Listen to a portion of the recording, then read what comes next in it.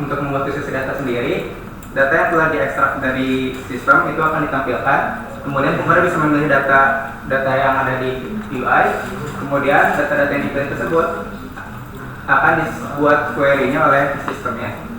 Setelah proses penyusunan query itu berhasil, akan mengeluarkan output visualisasi data. Lalu visualisasi data yang telah dibuat itu dapat dikonfigurasi. Pertama itu pengguna memilih visualisasi data yang ingin dipilih. Setelah itu mengkonfigurasinya seperti mengkonfigurasi warna, judul, grid, dan lain-lainnya. Setelah itu berdasarkan inputan pengguna tersebut akan diproses hingga bisa mengubah tampilan visualisasi data. Lalu untuk proses autentikasi, sama seperti autentikasi biasanya, di sini pengguna menginputkan data pengguna setelah melakukan registrasi sebelumnya. Setelah itu sistem akan memvalidasi akun pengguna serta akan ketika berhasil akan menggunakan halaman utama. Dan yang terakhir ini untuk kelola kanvas, di mana di fitur ini inputnya pengguna bisa menambah kanvas, mengubah nama kanvas, dan di mana proses dari sistem tersebut adalah menyimpan, menghapus, dan mengubah nama, dan output itu berupa halaman kanvas. Berikutnya teknologi yang kita gunakan dalam perancangan aplikasi ini, yang pertama adalah Laravel. Laravel kita gunakan sebagai backend yang bertanggung jawab untuk menampung controller dan model yang akan disimpan ke database. Lalu berikutnya ada React.js. React.js sebagai frontend. Penggunaan React.js di sini kita gunakan karena mendukung fitur real time untuk visualisasi data. Berikutnya ada Interact.js. Interact.js merupakan library yang kita gunakan untuk melakukan drag and drop juga resize untuk ukuran visualisasi data. Berikutnya ada PostgreSQL. PostgreSQL kita gunakan sebagai database di mana untuk menyimpan inputan konfigurasi dari pengguna. Yang terakhir ada Apex.js, di mana Apex.js merupakan library yang kita gunakan untuk menampilkan diagram-diagram di judul. Lalu untuk layanan cloud yang digunakan yaitu PLS, yang dimana dari PLS ini sudah menyediakan infrastruktur dan platform yang sudah disediakan. Lalu kami menyiapkan pengelola untuk aplikasinya. Dimana di sini di pengguna itu hanya menyiapkan data dan konfigurasi, lalu aplikasi code dan sebagainya.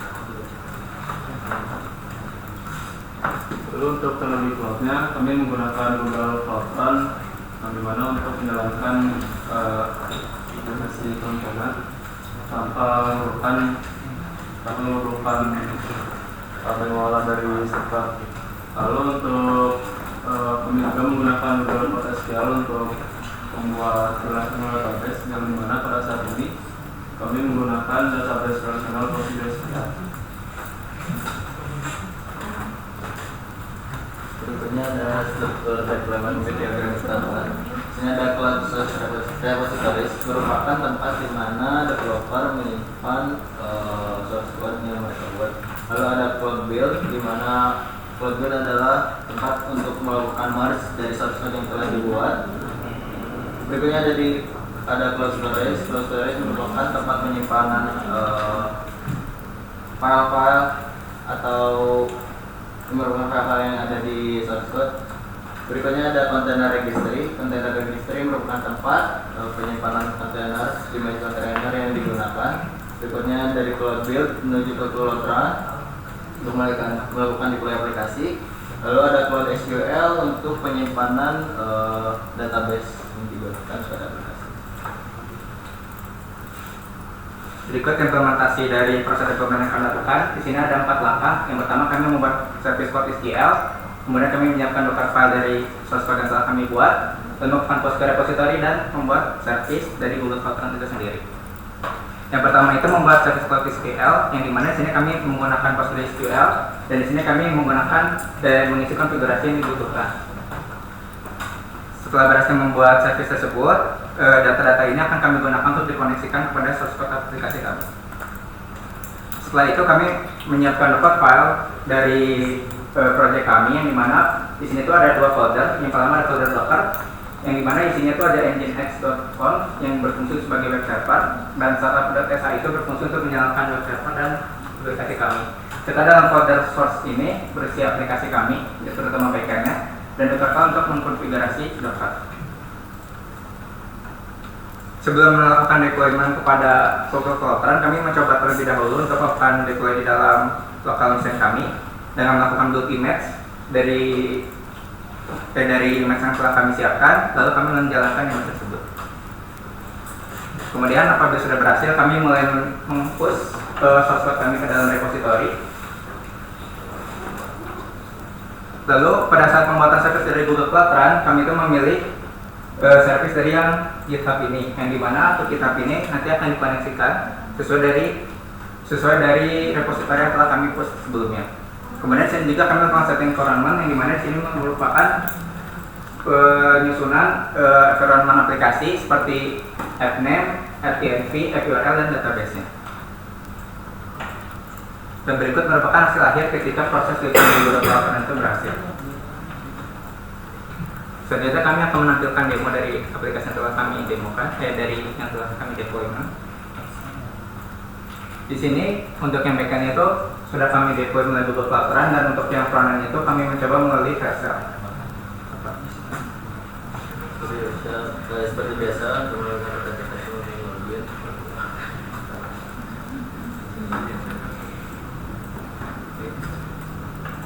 Setelah login berhasil, maka akan menuju ke halaman di mana untuk melakukan visualisasi data. Pertama-tama kita perlu menambahkan data source. Di sini saya akan menyebutkan data perusahaan atau data mitra yang telah dideploy setelah online.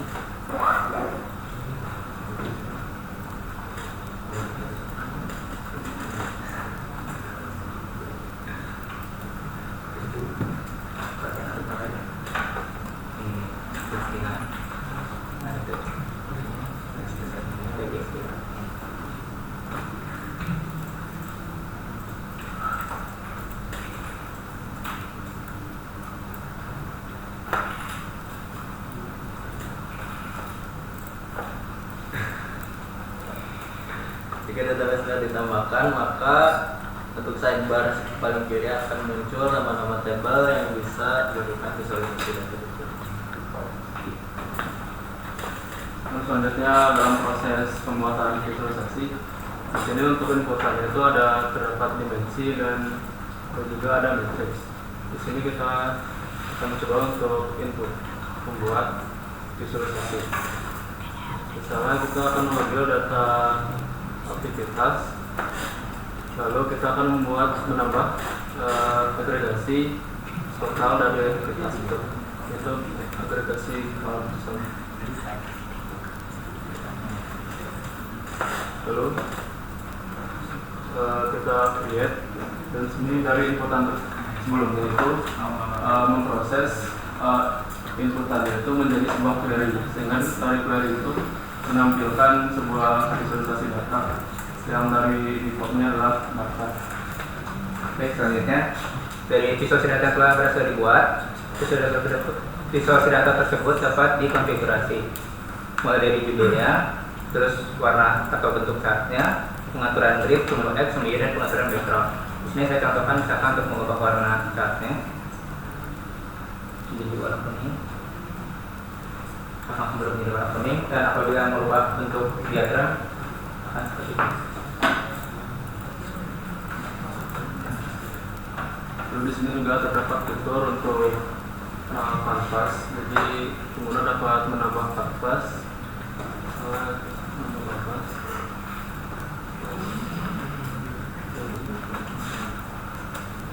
Maka akan terdapat kanvas yang baru.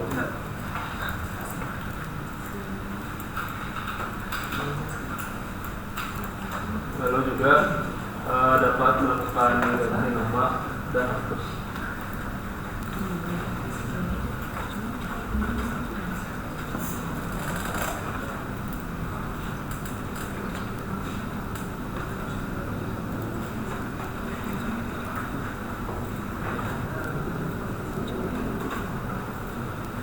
Sekian yang dapat kami sampaikan dalam presentasi kali ini. Untuk pertanyaan dibuka. Bisa dijelaskan itu background prosesnya yang Vercel sama Cloud Run? ketika mengubah sesuatu apa yang terjadi atau saat kapan dipakai si Google Calendar.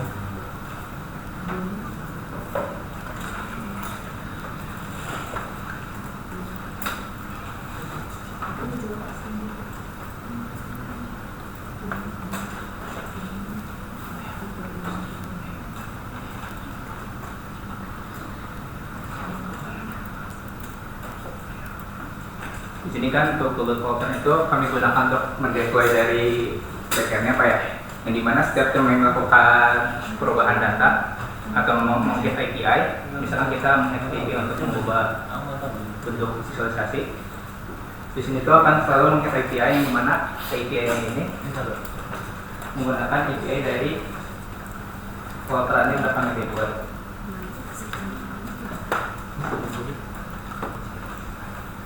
Itu menggunakan kan ini login ya saat awal Iya Pak, pakai autentikasi atau polos. pakai autentikasi Pak. Itu prosesnya gimana? Kalau untuk menjual autentikasi prosesnya. Ya seperti biasa register dulu. Kan itu kan awal ya. Jadi saya udah punya cookie autentikasi saya. Oh iya. Terus kan ini setiap nge-hit itu pakai autentikasi saya kan? Atau enggak? Kalau saat ini belum Pak, Oh, kalau saat ini belum. polos. Jadi kalau autentikasi itu baru bisa saat mengakses aplikasinya aja, belum sampai ke dalamnya. Bukan. Maksudnya kan ketika nge-hit kan ada tuh kita tuh disuruh pilih kalau setiap request itu ada yang HTTP Ya. murni kosong, Ya. ada yang pakai autentikasi. Pakai token ya. Ya. Ya. Kalau ini, kalau kalian bikin, Kalau untuk yang saat ini tuh autentikasinya lebih ke masih di tahap bisa masuk ke halaman utamanya dulu Pak. Jadi kalau belum melakukan autentikasi itu belum bisa ke halaman utamanya. Jadi ya itu belum. mah udah clear. Ya. Saat ini saat ganti Kalau ini belum Pak. belum berarti polos HTTP polos. Masih polos. Ya. Terus ada kendala nggak nih? Kan ada ngegabungin front end-nya beda, back end-nya beda.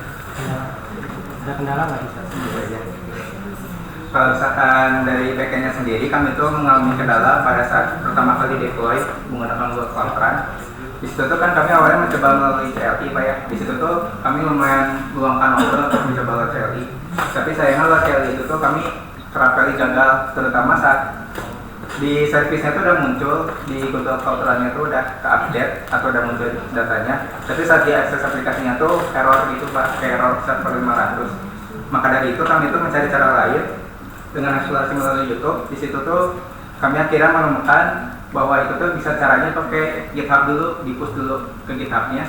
Habis itu dari push ke GitHub itu nanti bisa dikoneksikan ke Google Calendar-nya. Berarti yang proses di CLI masih gagal sampai saat ini. Untuk Belum di tahu CLI. solusinya. Belum tahu saat ini, jadi lewat UI. Ya, pakai GitHub. Yang lain ini ada banyak yang menarik di kelompok ini, ada yang ditanyakan. Kelompok lain? Tidak ada? Kalau nggak ada, silakan ditutup aja. Baik, sekian yang dapat kami sampaikan. Terima kasih atas perhatiannya. Assalamualaikum warahmatullahi wabarakatuh.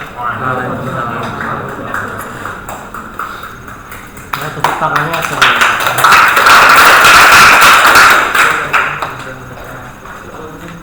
Lanjut. Kota berapa?